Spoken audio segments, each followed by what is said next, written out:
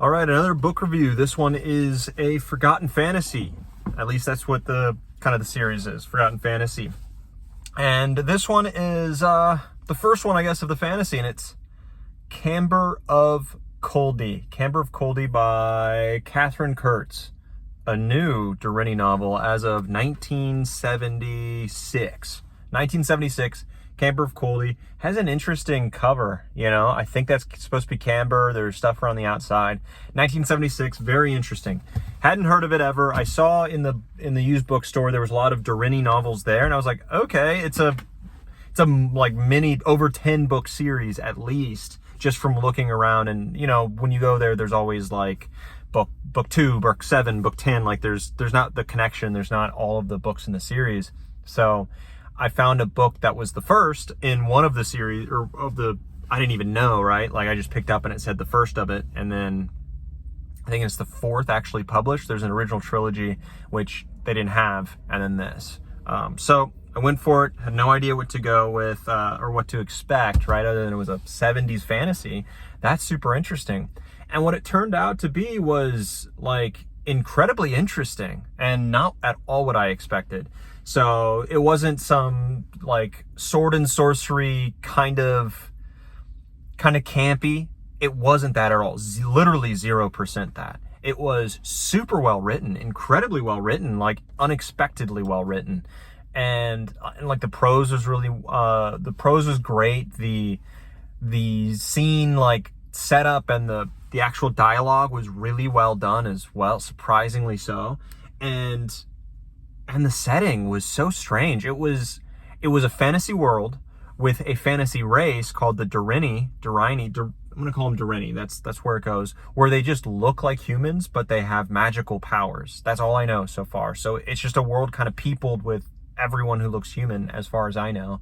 And the world is a medieval kind of world that you'd expect, but it kind of just feels like a medieval, like England or medieval Europe, because you have Christianity as a main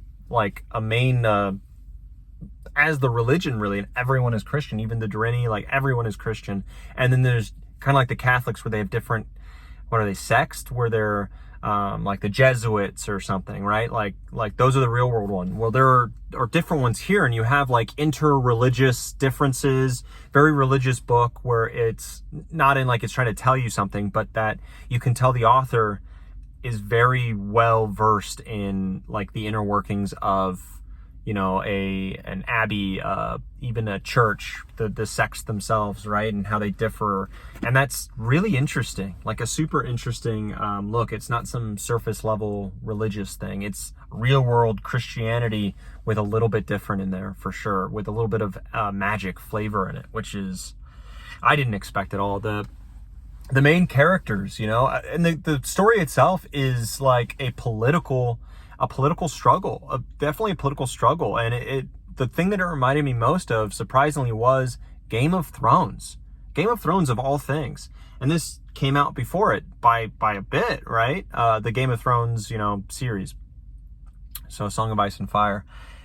It is very political, and the characters are making these like choices for the throne, right? And Camber of Culdi, which is the guy who's titled on it, who's, you know, the title of the book, is kind of like a head, like an earl, I think, or a duke of a place. He's got power, but he's also of the Durini, so he's got magical powers, which comes up every now and again, a lot more towards the end, which I'll talk about.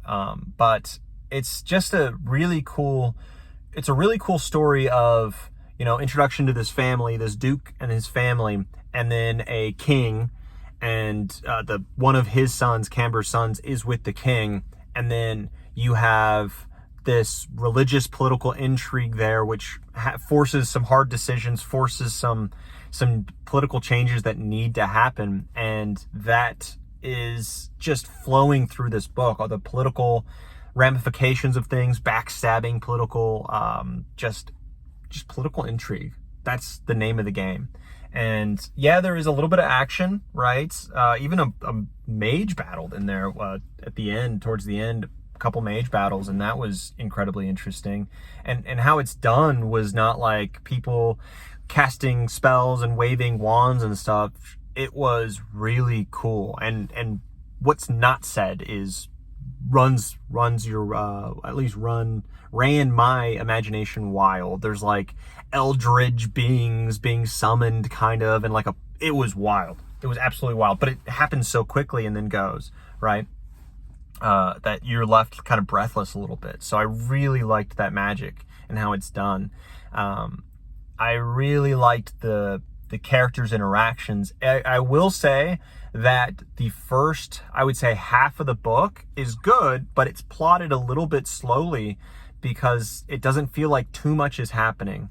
But that last half is absolutely, especially that once you hit the 75% mark, you are just flying through it. So much is happening. And I really do recommend this book. It is a really good read. I would put it on par or better than most books that I'm reading nowadays, fantasy-wise.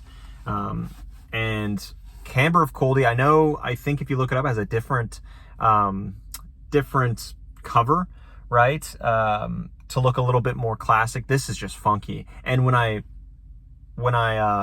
checked this book out, I bought it. The guy at the cash register for this used bookstore that's been there a while said this is actually like the oldest or one of the oldest books we have here. It was entered in into the bookstore in 2000, 2001, 2002, somewhere in there.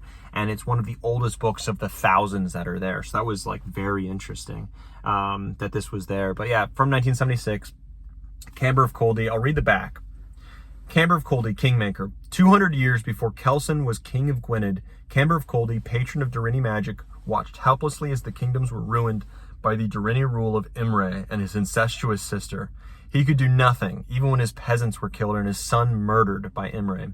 Then he discovered a living descendant of the old Haldane kings, a humble monk. Could this Haldane brave Imre's magic to claim the Durinni throne? First time in print.